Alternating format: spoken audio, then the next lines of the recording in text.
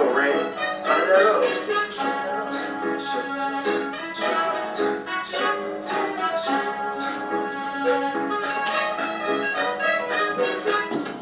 Hot cold, no glacier. Sippin' on and no chaser. Hey, we ain't never worried about a hater. No, I ain't worried about a hater. Fuck that, nigga still getting paper. Lost love, but I'm still getting paper. Oh man, yo. You just hot in the band over InDaBandoWith1Richh, man. Today I got my guy with Justin. You feel me? The motivational speaker, man. You feel me? How you doing today, my boy? Good, bro. Can't complain, man. All praise due to the Most High, man. That's what's up, man. What's the word of the day? Word of the day is OQP, only quality people. Only quality people. You gotta surround yourself with people that bring quality. You know, you can't be around people that take all the qualities out of you and it's not reciprocated. You know, so what I mean by that is, for an example, if you find yourself doing more for others than they do for you, or you're always on the back end of something, those people don't want to see you elevate. They want to keep you at the same level as them. So I encourage everyone today, you know, to be around only quality people, man. People that's going to push you, you know, that's going to support you, that's going to understand that you are human. You know, so you may not show up for everything, you may not always be there, but your loyalty has never wavered. So quality people understand that when it's time to do things, they know you're going to make it happen. So, I like it. That's different, that, my boy. Surround yourself by quality people. Do you feel like surrounding yourself by quality people bring the best out of you? in all honesty, it does, because, you know, when you're on a different level of mindset, or you're trying to change the trajectory of your life, you're gonna have to be around people who are like-minded. And I'm not saying that you can't lead your dogs, but eventually you gotta realize your dogs can always be your dog. But then you gotta separate business from personal. Oh yeah, of course. You know, when It it comes, ain't never personal. It's just business. it's business. And some of your homies gonna realize, bro, they gonna be like, oh yeah, bro, I appreciate that, man. You know, I'm gonna support you. And there's gonna be others that's gonna try to bring you back into that trap, man. So you don't want to do that once you start elevating your life. Once you start living in your true purpose, being your true authentic self. I'm not the motivator for you to get money. I just want you to be yourself, because impact brings income. So if you being yourself, all while impacting people, man, God gonna bless you with the income when it's time. So Most definitely. I like it, man. I like it. That's one of the reasons why I reached out to you. You feel me? I said, yeah, I see Justin on his motivation too. yeah. And I like to see people really take that in, and you feel what you say when you open it up, man. Oh yeah, SH the motivator tapping in, man. There you go. Then you say, well, what you say after that? Well, it's something that caught my ear. So yeah, Reach and I been doing parked car conversations. Yeah. I like that. You feel me? I like that. You feel me? That's different. Yeah. You feel me? Because I be feeling sometimes, I don't know if you have to feel like this, but you know, when I was dealing with a chick or living with a chick, before I go in the house, bro, I gotta sit in the car and talk to myself. Yeah. I got to. I gotta get work, lead work in the car. Yeah. Leave that shit in the car. I'm trying to, baby, how you doing? You feel me? So that's why I say, yeah, I like that. Yeah, that was the whole premise of that, you know, because I got a marketing degree, so I just use people always in their car, you know what I'm saying? Whether you leaving work, if you just pulling up to the house, you know, a parked car conversation. So in that moment, I already know you could be on your phone. Yeah. So why not give you some words of encouragement, or try to relate to your situation as far as how can you be better, how can you do better, how can you hold yourself accountable, you know, for the things that you do. So you in the car, you reflect a lot. A lot of people reflect in their car before they even go in the house, because you gotta desensitize yourself from the world before you go in the crib, especially if you got kids, if you got an old lady, if you got people you're taking care of, you know, all those different things. So the whole premise of the parked car conversation is before you go in the house, man, sit back, relax, revamp, rethink, revitalize, you know, understand that it's a teachable moment in every day. Yeah. So before you go in that house, man, before you feel like you're finna wreck out or your emotions gonna be able to just sit and relax, you know, just take this little 1 minute snippet that I'm gonna give you, man. It's gonna encourage you to reroute your mind. Reroute your mind. I like that. So tell me, you thinking about putting your motivational talk on iTunes?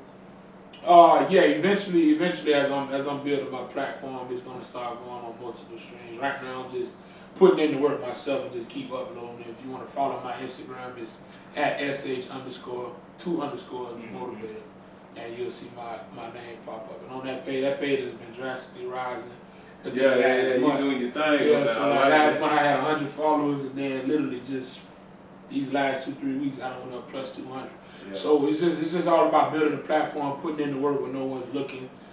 Consistency makes up for the lack of motivation. That's what Jim Jones said. Yeah. And that's all I'm doing. And also I like doing this, man. You know, as you know me for a long time, and I always been. That's what I told my partner. I always been. I gotta get my boy. I always been the guy, you know, that I always found myself encouraging people to do better. Most You know, and definitely, then most over definitely. time, as I went through life, you know, I'm gonna give a little bit of my testimony, man. Go ahead. My senior year of high school, man, I was like 30 pounds away from being 400. Yeah, man, I was 370. I was living good, you know what I'm saying, playing ball, got good grades. Yeah. But behind all that was, man, it was insecurities, it was traumas, it was the lack of discipline, you know, things that I didn't feel like opening up about, things that I already knew about myself, you know, but I just put a smile on my face, and then I realized after I graduated college, I was in like a 3-year depression after school because I got my degree, I was going back to work, the job that I had, and I was going to give them my digital portfolio, get started in my career as far as a social marketing analyst, and things didn't work out too well. Then I found myself back at square one, you know, working at the front gate, just making like $12.10 an hour, man. You know, working 60, 80-hour weeks and coming up the next day and doing it. It's just one day I looked in the clouds and said, "There's something more to this." Gotta be. There's always something more. And I think that a lot of people do that. It's just that next step. It's so uncomfortable that people are scared to take that risk. And I got fired. You get what I'm saying? Within a year's time. This is a year ago. This is a whole year ago. I got fired. I had 4 jobs before I got to my last one where I'm secure because I got my security license. So I'm not really working for them. I'm using my asset to make money. And so I got the job in June, but before June, between February to June, I had 4 jobs. You know what I'm saying? I got fired from 2, left one, and then got another one, man. And I was like, man, gotta be more than it's this. gotta be more than this, man. And then one night, man, I sat in my room, man, with God, man, and I just sat there. I confessed everything, you know what I'm saying? I let all my traumas, all my deepest, darkest secrets out, everything to him, man. And then when I got done, I just felt like a sense of relief, you know. And then that's when I started my weight loss journey. You know, I knew as I'm getting older, man, I don't want to be this size 12. And I take my health very serious, so it was a process. And so now being 100 pounds lighter, I've been doing this since I started my journey in December of last year, you know. And now, look at me now, you know, as I'm progressing, I can do more, got more energy. Basically in the community as far as coaching a bunch of kids, you know, that I love dearly, man, you know, buy whatever, you know, if they need it, if it's cleats, you know, sleeves, anything, any accessories, man, I don't even care because money gonna come back to me, bro. I just believe in serving with gratitude, and what I mean by that is when you serve with gratitude in the community, the people see your heart and not your image. And so even if your image can be tainted or if your image will be messed up, people will know your heart. They'll know that your heart was always in it. So you can always bounce back, man, when people look on the inside, not the outside. So let me ask you this. You said something was with your health. You take your health very serious now. Now that you taking your health very serious, you watch everything that you eat now? And to be honest, no. Well, what I mean by that is I got a balance. So the stuff that I don't eat no more, I don't eat pork or red meat. You know what I'm saying? That's just stay in your body. So it stay in your body longer than other foods. I don't eat fast food. So basically I eat home cooked meals, and then when I go out to eat, you know, it's either I go to a vegan restaurant, or if I got my cheat meal, I go to like Air House or something, but I go to the gym and run it out the next day.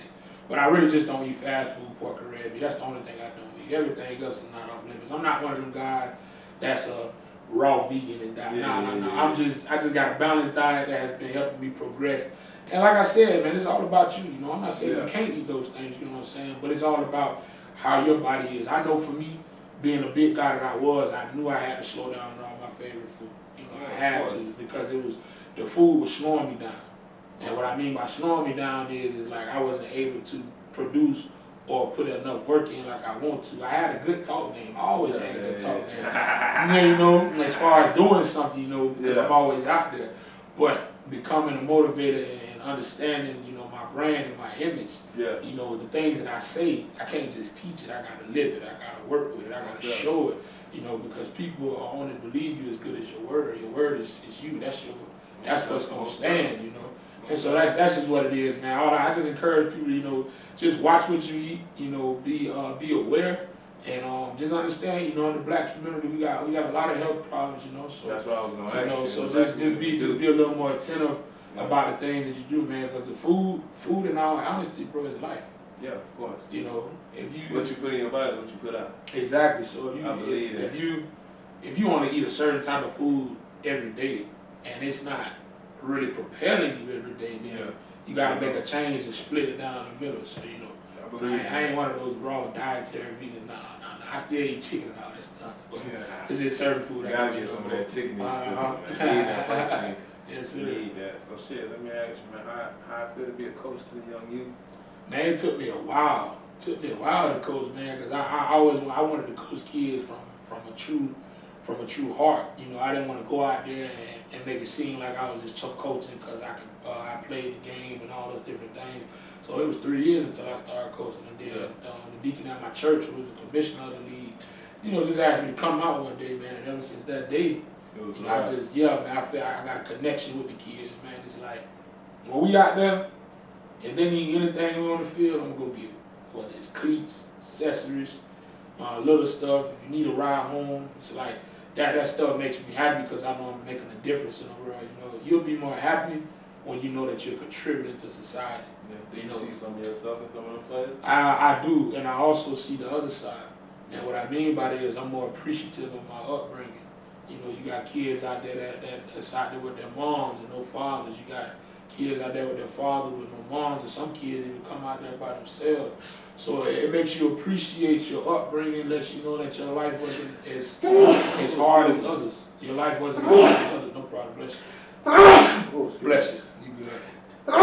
He good, bless you. Oh man, it's good. But it lets you know that your life wasn't as hard as others, and I do thank both of my parents for what they did for me, especially my grandparents, my granddaddy, who's been gone for 2 years. I call that the greatest man to ever live. And just that upbringing. Yeah, that upbringing. That my nigga. Yeah. That my nigga.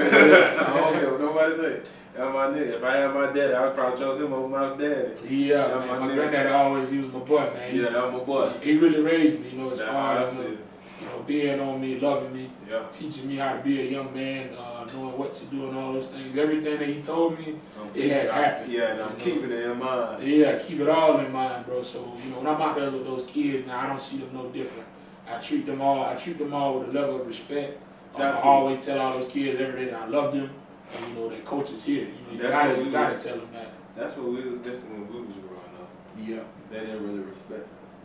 Yeah. And that's You had a few. You had a few.